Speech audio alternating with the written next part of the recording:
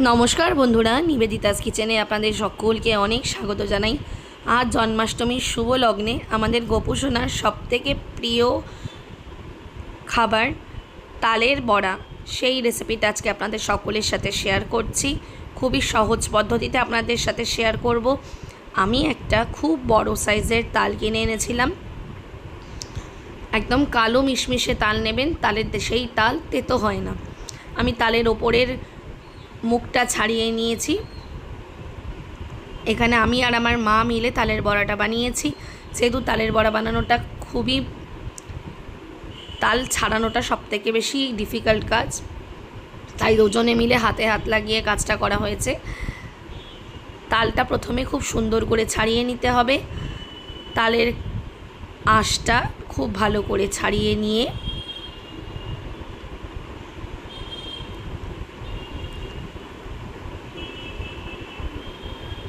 তালের মুখ থেকে ধরে আঁশটা নিচের দিকে ছাড়াতে হবে, তাহলে পুরো আঁশটাই একবারে ছেড়ে চলে আসবে।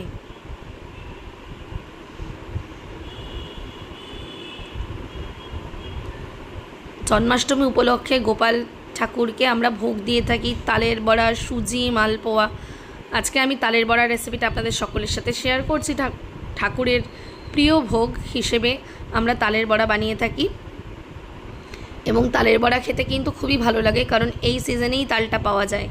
এবার আমার তালটা ছাড়ানো হয়ে গেছে, দিয়ে আমি 3টে আটি ভাগ করে নিয়েছি। 3টে আটি প্রথমে খুব ভালো করে ভাগ করে নিয়ে আলাদা করে নিতে হবে।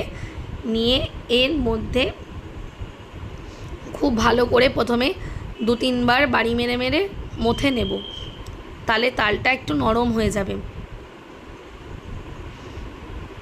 কারণ তালটা তো প্রথমে শক্ত থাকে, সেই জন্য তালটা খুব ভালো করে হাতের সাহায্যে মথে নিতে হয়।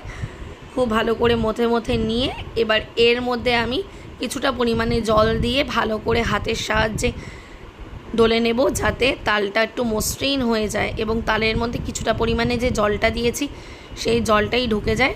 এবং তালটা খুব ভালো করে হাতের সাহায্যে মথে নিয়েছি। দেখুন একদম নিচে আর জল নেই। এবার আমি একটা ঝুড়ি নিয়ে নিয়েছি আর তার নিচে নিয়ে নিয়েছি একটা বড় সাইজের গামলা, যাতে গামলার উপর ঝুড়িটা বসে। এবার হাতের সাহায্যে খুব ভালো করে ডলে ডলে ডলে ডলে তালের পাল্পগুলোকে বের করতে হবে।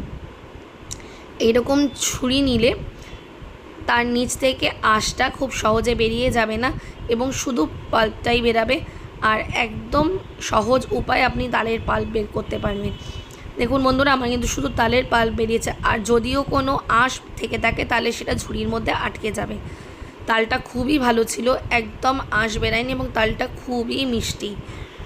এবার আমি এর মধ্যে কিছুটা পরিমাণে নুন দিয়ে নিয়েছি। এই নুন দেওয়া কিন্তু একটা বড় ট্রিকের মধ্যে পড়ে, কারণ মা বা ঠাকুমারা বলে থাকেন যে তাল যখন গোলা হয় তখন তালের মধ্যে ছোট ছোট পোকার জন্ম হয়ে যায়। এই জন্য এই তালের মধ্যে কিন্তু অল্প করে নুন দিয়ে নিতে হয়, কারণ নুন দিয়ে নিলে তখন তালের মধ্যে যে পোকাটা জন্ম হয় সেটা আর হবে না। সেই জন্য আমি নুনটা দিয়ে নিয়েছি। দেখুন বন্ধুরা, তালের পাল্পটা আমার একটা বের করা হয়ে গেছে, সেটা আমি ঢেলে নিয়েছি। আরও ভালো করে ঘষে নিচ্ছি, যাতে যেইটুকু তালের পাল্প আছে খুব সহজেই বেরিয়ে যায়। এই যে আমি একটা আটি রেখে নিলাম, এবার আরও একটা আটি দিয়ে ভালো করে তালের পাল্পটা ঘষে নেব, যতটা পরিমাণে তালের পাল্প বেরায়। আমার কিন্তু একটা বড় তাল ছিল, তার থেকে বেশ অনেকটা পরিমাণে তালের পাল্প বেরিয়েছিল। আর এত সুন্দর গন্ধ ছিল যে সারা ঘর ম করছিল তালের গন্ধে। আমার কিন্তু তালের গন্ধটা বেশ ভালো লাগে। আপনাদের কেমন লাগে বন্ধুরা অবশ্যই কমেন্টে জানাবেন। দেখুন বন্ধুরা, কতটা তালের পাল্প বেরিয়েছে দ্বিতীয়বার করার পরে। এবার আমি এটা বড় একটা কড়াইয়ের মধ্যে ঢেলে নিচ্ছি, কারণ যেহেতু অনেকটা পরিমাণে হয়েছিল সেজন্য আমি বড় কড়াইতে রেখে কাজটা করছিলাম। আমার তালের পাল্প পুরো বের করা হয়ে গেছে। এখন এখানে আমি টিফিন বক্স মেপে 8 টিফিন বক্সের মতন সুজি দিয়ে নিয়েছি, আর দিয়ে নেব 1 টিফিন বক্সের থেকে একটু কম ময়দা। হাফ টিফিন বক্সের থেকে একটু বেশি, আমি তারটা মেপেই নিয়েছি। আর হাফ টিফিন বক্স থেকে নিয়েছি চিনি। আর নুন তো আগে থেকেই দেওয়া ছিল, সেজন্য আর নুনের প্রয়োজন হয়নি। এবার এই সমস্ত উপকরণগুলো দিয়ে আমি তালের বড়ার যে ডোটা সেটা মেখে নেব। খুব ভালো করে হাতের সাহায্যে চটকে চটকে মেখে নিতে হবে, যেন পুরো মিশ্রণটা খুব ভালো করে মিশে যায়। একদম মাপটা পুরো ঠিকঠাক হয়েছিল, আর কোনো কিছু আমার অ্যাড করতে হয়নি। ময়দার পরিমাণটা একটু বেশি দেবেন যাতে ডোটা ঠিকঠাকভাবে মাখা হয়। একদম ঠিকঠাক মাপা হয়েছিল, কারণ তালের বড়ার যে পাল্পটা ছিল সেটাও প্রায় 1.5 বক্স মতন ছিল। যেহেতু অনেকটা পরিমাণে ছিল সেজন্য আমি একটু বেশি বেশি করে আন্দাজ করে দিয়েছি, কিন্তু খুব বেশি বেশি করেই দিয়েছি, আর একদম ঠিক মাপই হয়েছে। আমরা বন্ধুরা রান্না করতে করতে কিন্তু কোনটায় কতটা পরিমাণে লাগবে সেটা ঠিকঠাকভাবে জেনে যাই, সেই জন্য আপনাদেরকে বলে দিলাম যে আমি মাপটা কতটা করে দিয়েছি। 8 টিফিন বক্স সুজি দিয়েছি, 1 টিফিন বক্সের থেকে কিছুটা কম পরিমাণে ময়দা, আর 8 টিফিন বক্সের থেকে একটু বেশি পরিমাণে চিনি। দেখুন বন্ধুরা, আমার খুব ভালো করে তালের পাল্পটা মাখা হয়ে গেছে। আমার কিন্তু মিশ্রণটা একদম রেডি। বেশ মাখতে কিন্তু 10 থেকে 12 মিনিট মতন টাইম লেগেছে। খুব ভালো করে মাখিয়ে নিয়ে এখন এই মিশ্রণটাকে আমি ঢাকা দিয়ে আধ ঘন্টার জন্য রেখে দেব, যাতে সুজি আর চিনিটা গলে যায়, আর সুজিটা মিশ্রণটা ভালো করে গলে গিয়ে খুব ভালো করে মিশে যেতে পারে। দেখুন কতটা সুন্দর মাখা হয়েছে, একদম ঠিক পরিমাণ এসেছে। একদম যে কি বলবো, ডোয়ের যে পরিমাণটা হয় একদম ঠিকঠাক। আমি আধ ঘন্টা বাদে ফিরে আসলাম বন্ধুরা। এবার আমি কড়াইয়ের মধ্যে গরম করে নিয়ে সাদা তেল ঢেলে নিচ্ছি। এখানে আমি আধ কড়াই সাদা তেল দিয়েছি, কারণ তালের বড়া ডুবো তেলেই বেশ ভালো হয়। আমি একবার আধ ঘন্টা বাদে আরও একবার মাখিয়ে নিচ্ছি ভালো করে। খুব ভালো করে তালের মিশ্রণটা মাখিয়ে নিয়ে এবার এক এক করে বড়া দেব। প্রথমে আমি একটা বড়া দিয়ে দেখে নিলাম যে তেলটা গরম হয়েছে কিনা। না, তেলটা ঠিক মতন গরম হয়নি। প্রথমে আপনারা এরকম করে চেক করে নেবেন, নইলে কিন্তু লেগে যেতে পারে। এবার তেলটা ঠিকঠাক গরম হয়ে গেছে। এখন একটা যে বড়া ভেজেছিলাম সেই বড়াটা আমি তুলে নিলাম। এবার তেল ঠিকঠাক গরম হয়ে গেছে। এই যে তালের বড়া দেওয়ার যে টেকনিকটা, এটা আমার মা করেছে। এই টেকনিকটা কিন্তু খুবই দারুণ টেকনিক, এবং এই টেকনিকটাই কিন্তু আগেকার দিনের লোকেরা খুবই দিত, মা ঠাকুমারা। আমার মা কিন্তু এই টেকনিকটা খুব ভালো পারে, সেজন্য আমার মা তালের বড়াগুলো কড়াইতে দিয়ে দিয়েছিল।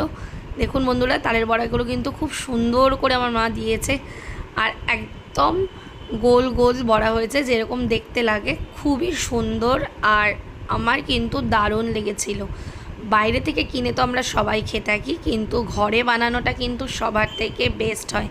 আর এর মধ্যে মায়ের ছোঁয়া ছিল, অবশ্যই দারুণ টেস্টি হয়েছিল।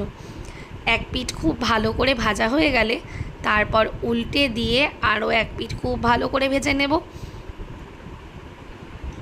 উল্টে পাল্টে খুব ভালো করে তালের বড়াগুলোকে লাল লাল করে ভেজে নিতে হবে, যাতে বাইরেটা একদম ক্রিস্পি হয় আর ভিতরটা মুচমুচে, বাইরেটা মুচমুচে হবে আর ভিতরটা তুলোর মতন নরম হবে।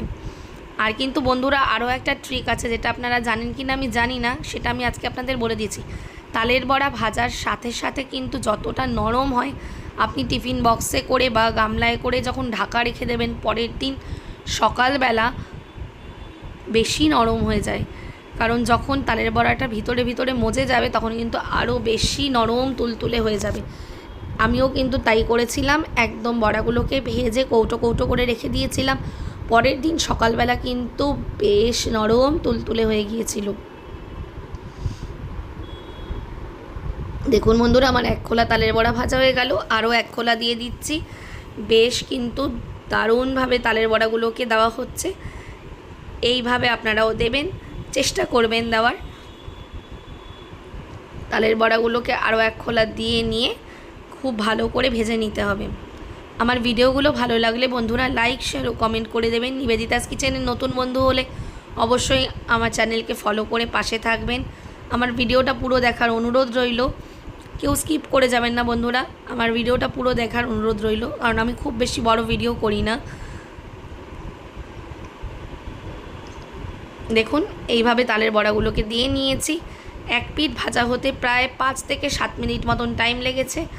দিয়ে উল্টে পাল্টে নিয়েছি ভালো করে, আলতো করে ধার দিয়ে প্রথমে উল্টে দেবেন, তাহলে তালের বড়াগুলো ভেঙে যাবে না। যেহেতু তালের বড়া খুব নরম হয় আর কড়াইতে দেওয়ার সময় বেশ নরম থাকে। আমার পুরনো বন্ধুদের আমার পাশে থাকার জন্য অনেক অনেক ধন্যবাদ জানাই। আমার নতুন বন্ধুদের আমার পরিবারে অনেক স্বাগত। নিবেদিতাস কিচেনের পুরো ভিডিওটা দেখবেন বন্ধুরা, দেখে আপনারা তালের বড়াটা অবশ্যই বানাবেন, বানিয়ে বাড়িতে খাওয়ার চেষ্টা করবেন। বাইরে বানানোর থেকে কিন্তু ঘরে বানানোটা অনেক বেশি হেলদি হয়, কারণ আমরা ফ্রেশ তেলে ভেজে থাকি। বাইরে কিন্তু একই তেলের ওপর বারবার সেই জিনিসগুলো ভাজা হয়ে থাকে। দেখুন বন্ধুরা, একদম লাল লাল করে ভাজা হয়ে গেছে। এবার আমি একটা বড় হাতা নিয়ে নিয়েছি, ফুটো ফুটো হাতাগুলো, তার মধ্যে তালের বড়াগুলোকে সব রেখে নিচ্ছি একটা হাতার সাহায্যে, যাতে তেলটা খুব সহজেই ঝরে যায়।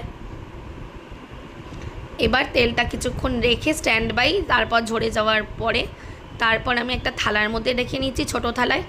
এই ছোটো থালা থেকে তারপরে আমি বড় থালায় শিফট করে তারপর ঠান্ডা হলে তারপর আমি বক্সের মধ্যে রাখবো। আপনারাও এই প্রসেসে রাখতে পারেন, তাহলে কিন্তু তালের বড়াগুলো খুব সুন্দর হয়। এবার আমি আরও এক খোলা দিয়ে দিলাম। আমার যেহেতু তালটা অনেক বড় ছিল, সেহেতু প্রায় 5 থেকে 6 খোলার ওপর ভাজা হয়েছে। অনেকক্ষণ ধরে ভাজতে হয়েছে, প্রায় 1.5 থেকে 2 ঘন্টা মতন। এটা একটু ধৈর্যের ব্যাপার বন্ধুরা, কিন্তু কোনো অসুবিধা নেই, কারণ এই জিনিসগুলো আমরা বছরে এক আধবারই করে থাকি। আমাদের তো সব সময় করা হয় না, কারণ তাল সিজনে একবারই আসে। আপনাদের আমার এই রেসিপিটা কেমন লাগলো অবশ্যই আমাকে কমেন্টে জানাবেন। আর নিবেদিতাস কিচেনের এই ভিডিওটা ভালো লেগে থাকলে অবশ্যই তালের বড়া বাড়িতে বানিয়ে খাবেন। আর সবাইকে জানাই শুভ জন্মাষ্টমীর শুভেচ্ছা, আন্তরিক অভিনন্দন। আপনারাও সবাই আপনাদের বাড়িতে গোপু সোনার জন্য খুব ভালো করে তালের বড়া বানান, মালপোয়া বানান, লুচি বানান এবং সবাই ঠাকুরকে ভোগ দিন। আমিও ঠাকুরকে ভোগ দেওয়ার জন্য আবারও তালের বড়া বানাচ্ছি নতুন করে। আজকে শুভ জন্মাষ্টমী। এই যে বন্ধুরা, আবারও আমি এই একই প্রসেসে তুলে নিয়েছি। আপনাদের আমি পুরো ভাজার ভিডিওটাই দেখালাম। এই যে প্রথমে আপনাদের মনে হতে পারে একটার সাথে একটা লেগে আছে, কিন্তু না, কোনো লেগে নেই। এইটা আমাদের শেষ খোলা ছিল। দেখুন, এক থালা বড় থালার ভাজা হয়ে গেছে, অনেকগুলো তালের বড়া হয়েছে। এইবার শেষ খোলা, কারণ এটা একদম অল্প ছিল। আপনাদের পুরো ভাজাটা দেখালাম, 5 থেকে 6 খোলা ভাজা হয়েছিল। এইবার একদম লাল লাল করে ভেজে নিয়ে শেষ বারটা তুলে নিচ্ছি। দেখুন বন্ধুরা, একদম এক থালা টুবু টুবু আমাদের কিন্তু তালের বড়া একদম রেডি। আজকের মতন এখানেই বিদায় নিচ্ছি। আবারও দেখা হবে নিবেদিতাস কিচেনের আরও একটি নতুন ভিডিওর সাথে। ততক্ষণের জন্য বাই বাই বন্ধুরা।